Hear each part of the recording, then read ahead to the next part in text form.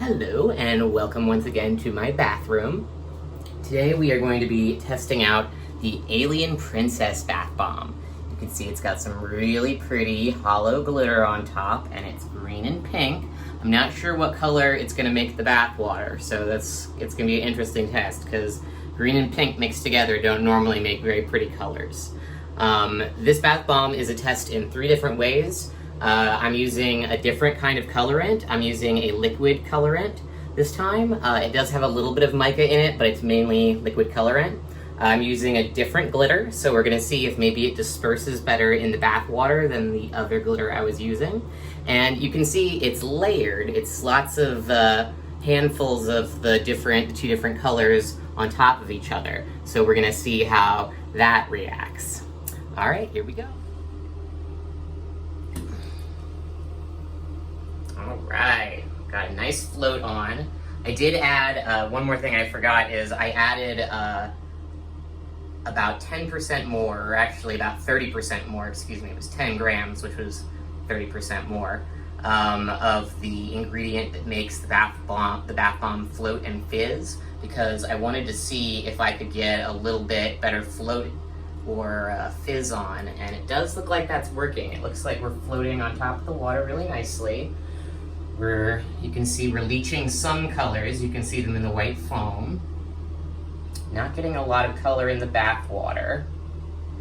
We shall see.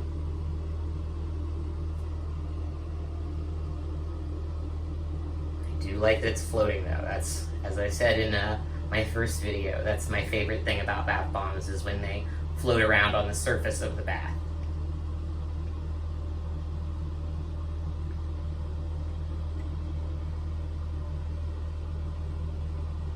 Really surprised. We're really not getting any water coloration. So as much as I like those liquid soap dyes in terms of coloring the bath bomb itself, if it's not going to color the water, then it's not going to work for me, which is unfortunate because it takes quite a bit of mica powder to make just one recipe of bath bombs. Whereas this liquid color, it takes, maybe 10 to 15 drops, which out of a 1 ounce bottle, which is the smallest size, is not even that much.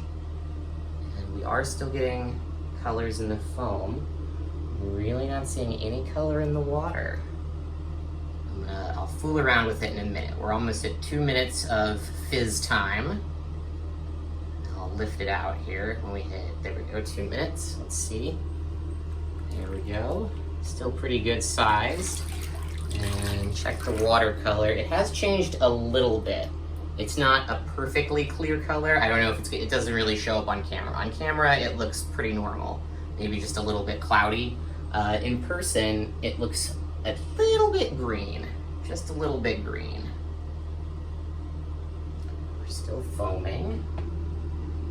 Even though it doesn't color the bath water, I do really like the color of the bomb itself.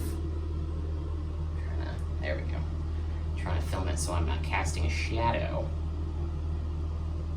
It's very bubbly. I am, even if I change whatever kind of color I'm using, I'm definitely going to keep doing this extra amount of the foaming agent because I think that's really nice. Alright, I'm going to shut this off and we'll come back when the bomb is done. I'll let y'all know how long it took to completely dissolve. Okay, here we are, final check-in. We still have a teeny tiny bit left, but not much, so I'm gonna call it done. It fizzed for another about 5.5 minutes, so that means this has a fizz time of at least 8.5 minutes, which is pretty freaking good.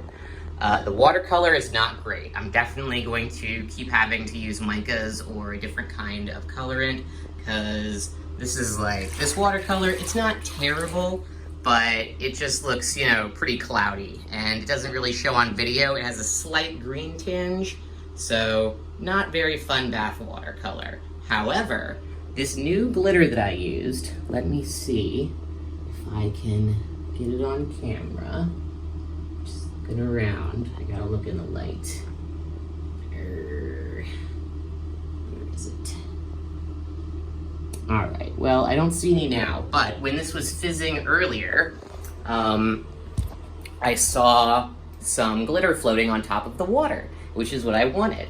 And so that's great. That tells me that the new glitter that I have works better because I only put a teeny tiny bit in these. I didn't put it in the bath bomb itself. I just put about maybe a 1/16 of a teaspoon on top. So the fact that even with that tiny amount, I saw some on top of the water, that tells me that if I just increase the amount, I should be able to get the kind of shimmery water that I want. So look forward to that coming soon. And yeah, this was the Alien Princess Bath Bomb. And there will definitely be a 2.0 version of this that hopefully will color the water better. But if you're interested in one of these now, I have about 6 of them for sale. So have a great day.